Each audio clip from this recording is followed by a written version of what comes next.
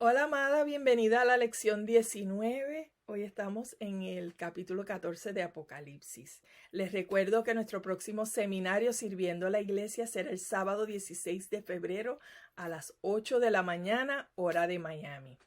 Recuerden que venimos aquí a estudiar la palabra de Dios versículo por versículo, que el gran panorama del estudio y el enfoque es Cristo.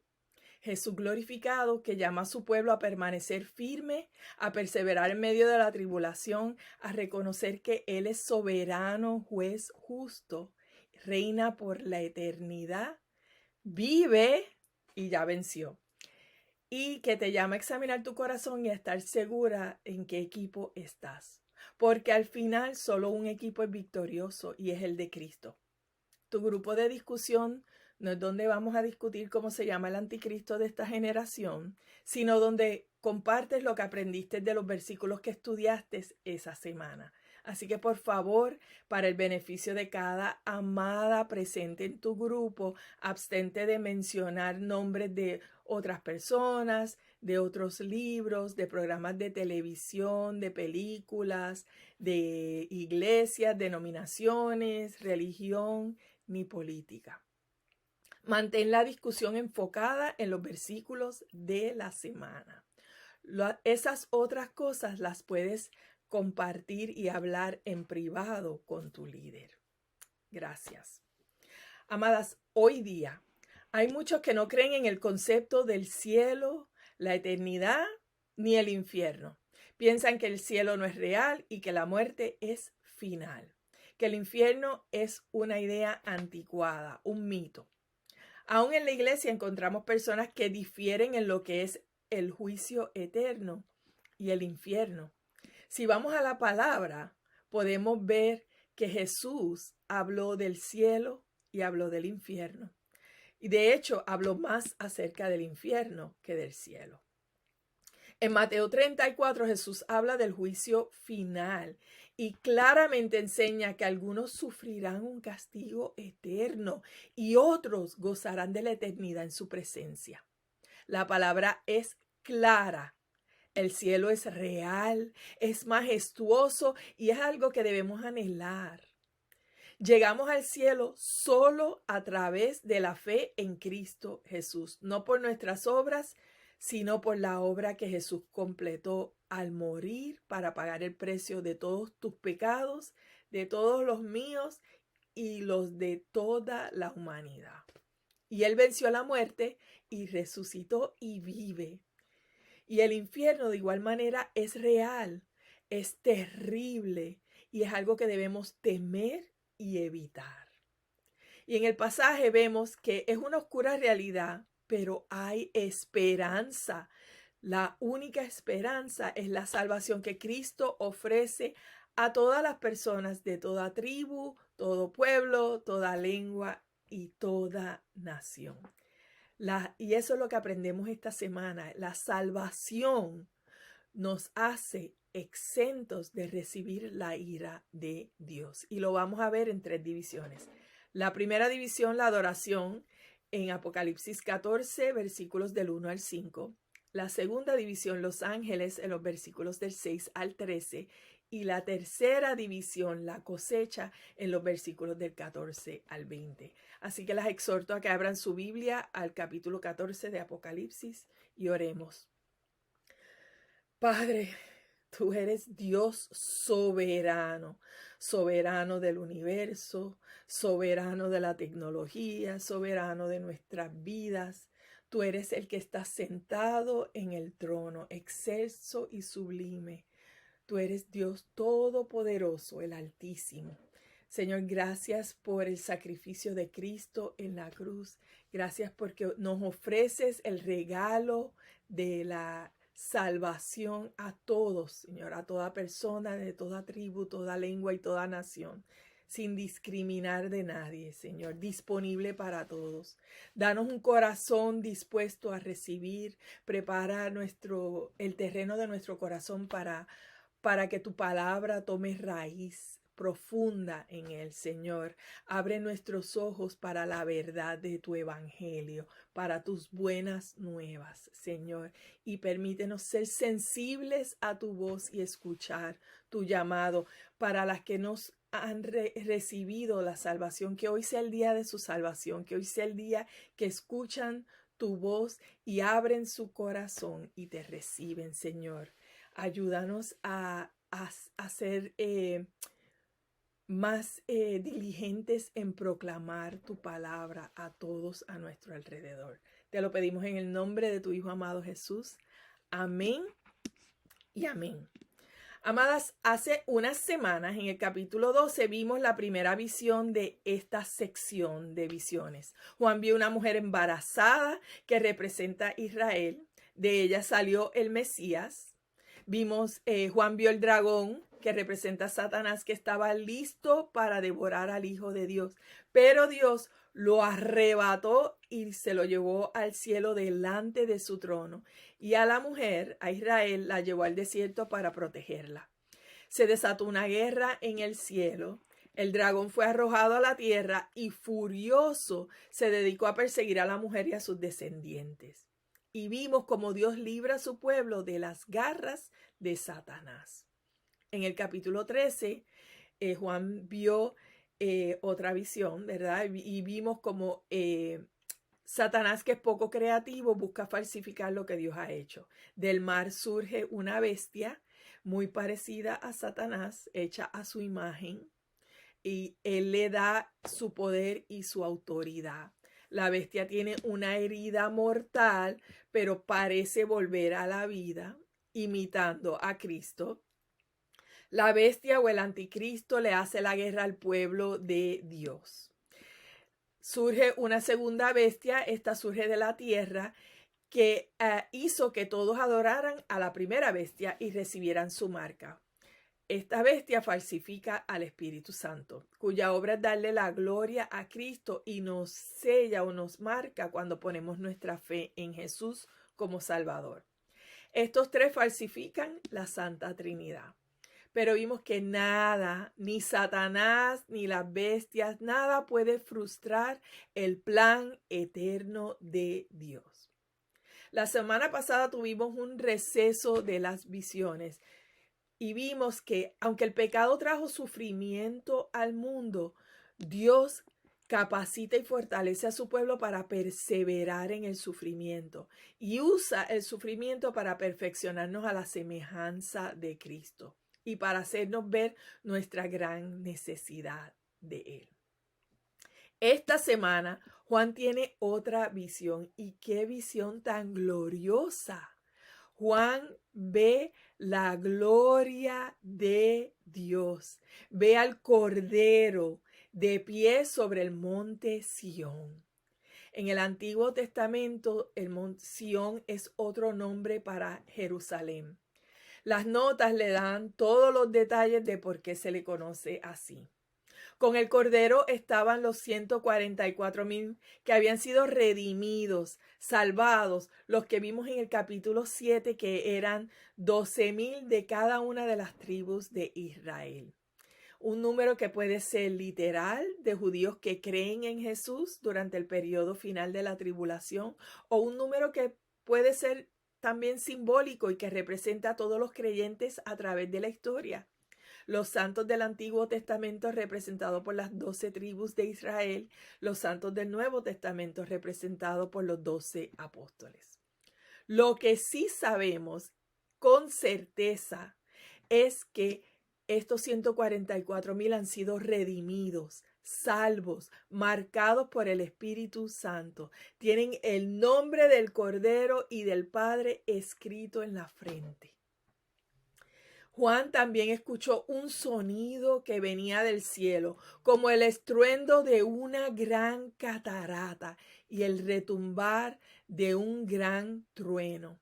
Esta descripción la vimos en el capítulo 1, describiendo la voz de Dios como un sonido poderoso y majestuoso, y lo habíamos comparado con escuchar las cataratas del Niágara. Juan también escucha un sonido armonioso, como de muchos arpistas tocando para la gloria de Dios, y un gran coro cantando un cántico nuevo delante del trono de Dios y de los cuatro seres vivientes. Ese cántico nuevo solo los redimidos, los creyentes, lo pueden cantar. ¿Y qué es ser creyente? Isaías 45:22 nos dice, Dios dice, vuelvan a mí y sean salvos. En Juan 3:16 nos dice, porque tanto amó Dios al mundo que dio a su Hijo único para que todo el que crea en Él no se pierda, no perezca, sino que tenga vida eterna. Para ser creyente solo tienes que creer en Cristo Jesús y su sacrificio en la cruz por ti, en tu lugar. ¿Has creído? En este mundo solo hay dos tipos de personas, creyentes y no creyentes. Y la línea divisoria entre ellos es el Evangelio. Son las buenas nuevas de Jesús. ¿En qué lado de esta línea divisoria estás parada tú? La salvación en Cristo significa nacer de nuevo. En ese momento somos selladas por el Espíritu Santo, garantizando la vida eterna con Él. No por nuestro propio esfuerzo ni por nuestras obras, sino por la obra que completó Cristo en la cruz.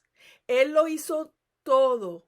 Voluntariamente entregó su vida como un sacrificio agradable a Dios una vez y para siempre. Ya no hay que repetir ese sacrificio más. Pagó el precio de tu pecado y tú ya no lo tienes que pagar. Eso es ser creyente. Los 144,000 son creyentes y son discípulos del Cordero. Lo adoran con su voz y con su vida, con su manera de vivir. Se han mantenido puros espiritualmente, fieles en un mundo lleno de idolatría y siguen al Cordero donde quiera que va. Quiere decir que ya no van a donde les da la gana, sino que con gozo van donde va el Cordero. Ya no siguen sus propios planes, sino que siguen el plan del Cordero. Han rendido sus deseos y su vida y se han sometido al plan del Cordero. Mueren al yo a diario para seguir a Cristo. El Señor es su pastor y nada les falta. Son los primeros frutos, los primeros de muchos que serán redimidos durante la gran tribulación. En ellos no hay mentira y Dios los considera intachables, no por lo que han hecho, sino por lo que Cristo hizo por ellos. Y viven para adorar a Dios. En esta sección aprendemos que la respuesta razonable al sacrificio del Cordero es una vida de adoración. Adorar es rendir reverencia, dar valor a algo. Una vida de adoración al Cordero es una vida reverente que muestra dependencia en Dios y no en nuestra autosuficiencia. Es una vida que refleja nuestra pasión por Cristo y expresa el amor a Cristo amando a los demás. ¿De qué manera adoras tú al Cordero? ¿Cantas un cántico nuevo de redención? ¿Vives en adoración y lo sigues como discípula? Segunda de Pedro 1 nos dice, su divino poder, al darnos conocimiento de aquel que nos llamó por su propia gloria y excelencia, nos ha concedido todas las cosas que necesitamos para vivir como Dios manda. Nos lo ha dado todo. Romanos 12:1 nos dice, hermanas, en adoración espiritual, ofrece tu cuerpo como sacrificio vivo, santo y agradable a Dios. No te amoldes a la cultura actual, sino sé transformada mediante la renovación de tu mente a través de su palabra. ¿Qué te marca o te distingue como suya en tu diario vivir? La segunda división, Juan ve a otro ángel que volaba en el cielo, anunciando a todos los que están viviendo en la tierra un mensaje específico para los que aún no han creído y están al otro lado de la línea divisoria que es el Evangelio. El ángel proclama las buenas noticias para toda nación, toda tribu, lengua y pueblo. Proclama la salvación, el perdón de los pecados por el sacrificio de Cristo en la cruz, disponible para todos. Y a toda voz dio 3 mandatos. Teman a Dios, denle gloria porque ha llegado la hora del juicio y adoren al Creador. Esa debe ser la respuesta de cada persona a su Creador. Teman al soberano Dios del universo. Denle gloria porque es majestuoso Rey justo y adórenlo por la eternidad. Amén. Aparece un segundo ángel y este ángel proclama destrucción, pero destrucción nacional. Dice, ya cayó la gran Babilonia, la que hizo que todas las naciones bebieran del excitante vino de su adulterio. Babilonia, que veremos con más detalles en el capítulo 17, fue un imperio poderoso conocido por inmoralidad y por idolatría. Y representa la destrucción de naciones malvadas que se oponen a Dios.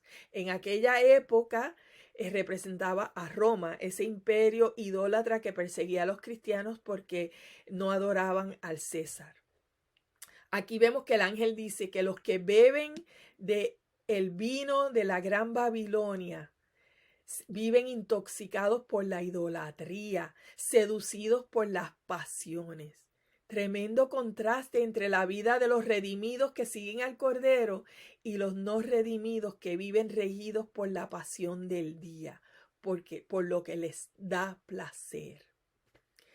Y un tercer ángel proclama destrucción individual. A los que adoran a la bestia y a su imagen, a los que se pusieron en la frente o en la mano la marca de la bestia. Estos beberán también del vino de la ira de Dios, que en la copa de su ira está puro, no diluido. Amadas, en aquella época tomaban muchísimo vino, pero tomaban vino diluido para no embriagarse. Pero los que toman del vino excitante de Babilonia y no se arrepienten de sus pecados, tomarán del vino de la ira de Dios y será puro, no diluido, intenso. Serán atormentados con fuego y azufre en el infierno. Vivirán una eternidad apartados de Dios y atormentados. El humo de su tormento sube por los siglos de los siglos. No tendrán descanso ni de día ni de noche. Esto debe rompernos el corazón, porque es una tragedia eterna y evitable si tan solo se arrepienten y creen y cruzan la línea divisoria del Evangelio. ¿A quién no le has compartido? El infierno es real, así como el cielo y la salvación son reales. De la misma manera que no podemos ni siquiera imaginar lo grandioso que es el cielo, tampoco podemos imaginar lo horrendo que es el infierno. Y eso debe darnos un sentido de urgencia de compartir las buenas nuevas de Jesús por amor para que otros no perezcan. Y también debe llevar tu corazón al agradecimiento por tu salvación, pues no pasarás por ese terror. Y si tú no estás segura de tu salvación, pídele a tu líder el panfleto llamado ¿Estás segura? Y ahí pasa tiempo en la escritura viendo los pasos que debes tomar para estar segura de tu salvación en Cristo Jesús. En el versículo 12 nos dice que como lo que será la vida del creyente. Dice, somos llamadas a perseverar pacientemente, a obedecer y mantenernos fieles a Cristo como los 144,000, los que siguen al Cordero a donde quiera que va. Los creyentes que vivan en ese tiempo de la gran tribulación pasarán por persecución y sufrirán hasta la muerte por seguir a Cristo. Entonces Juan escuchó una voz que decía, escribe, bendecidos son los que de ahora en adelante mueren en el Señor y descansarán por su fidelidad a Dios. Una vez más vemos el contraste con los que no creen, que no descansarán ni de día ni de noche, y los que mueren en Cristo, que descansarán por su fidelidad. Esta sección comenzó con el mensaje de salvación y termina con un mensaje de salvación. Un llamado que Dios te hace. ¿Cómo responderás? En esta sección vemos que solo la fe en el Cordero nos garantiza que escaparemos la ira de Dios. La única garantía de escapar la copa de la ira de Dios es la fe en el Cordero. Seguir a Cristo implica seguirlo hasta la muerte, perseverar. Dichoso o bendecido es el que muere en el Señor, porque esta vida, amada, es corta y pasajera, pero la eternidad es eterna. ¿Cuál es tu perspectiva sobre la muerte a causa de Cristo? Al principio del estudio dijimos que este libro cambiaría nuestra perspectiva. Pablo nos dice en 2 de Corintios 5, nos mantenemos confiados, pues ausente de este cuerpo es vivir junto al Señor. Filipenses 1 dice, porque para mí el vivir es Cristo y el morir es ganancia. Como quiera que lo mires, es ganancia. Salmo 116 dice, mucho valor tiene a los ojos del Señor la muerte de sus fieles. Para los que creemos en Cristo como nuestro Salvador, la muerte no es algo de terror o de temer, sino ganancia. Pero para el que no cruza la línea divisoria del Evangelio y continúa rechazando las buenas nuevas de Cristo, la mala noticia es que se enfrentarán a Cristo como juez justo, sin gracia ni misericordia, y beberán la totalidad de la copa de vino de la ira de Dios por sus propios pecados, porque no recibieron el sacrificio de Cristo que murió por los pecados de la humanidad. ¿Estás dispuesta a tomarte ese riesgo? El solo pensarlo nos debe hacer temblar. Rinde tu vida a Cristo Jesús. Somos llamadas a proclamar el mensaje de la salvación a todos en nuestro círculo de influencia, en tu casa, en tu familia, en tu iglesia, en el trabajo.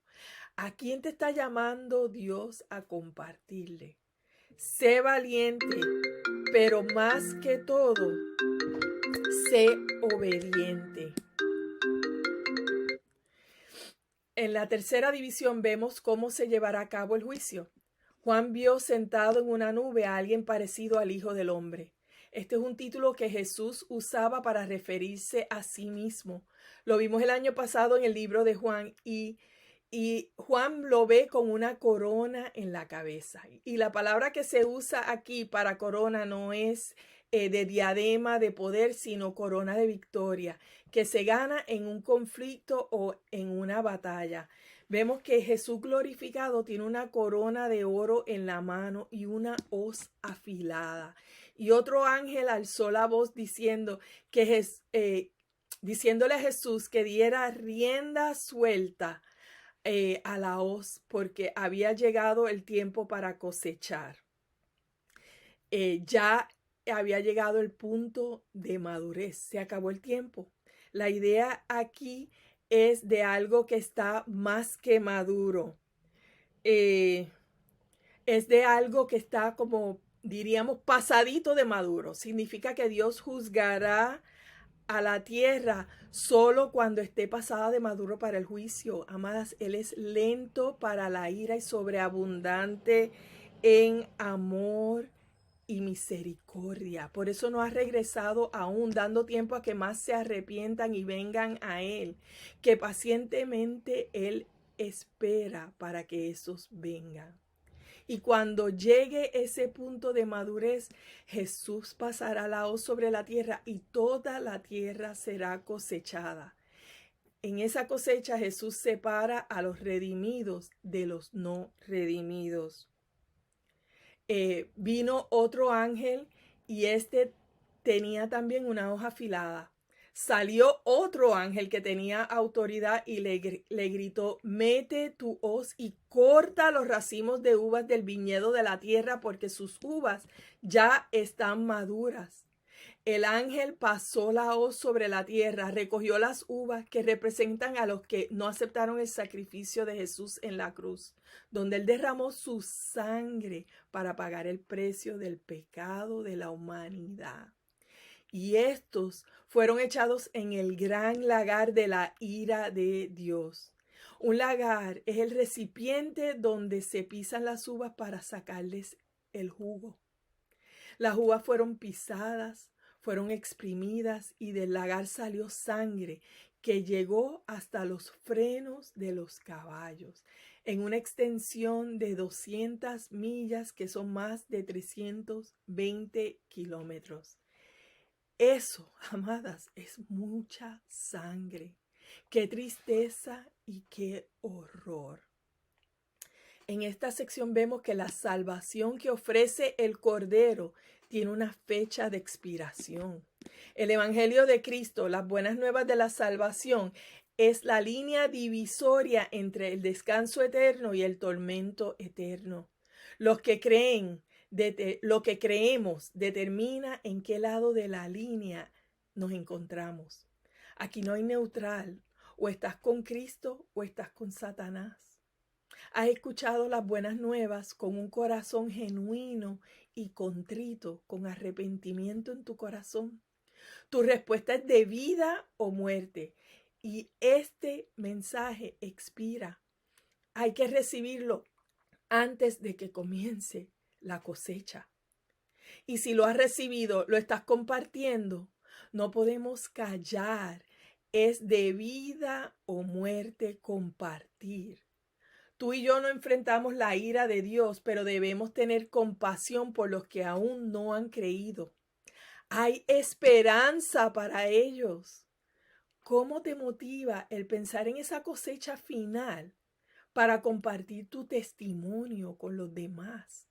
La única esperanza es la salvación que Cristo ofrece a todas las personas de toda tribu, todo pueblo, toda lengua y toda nación.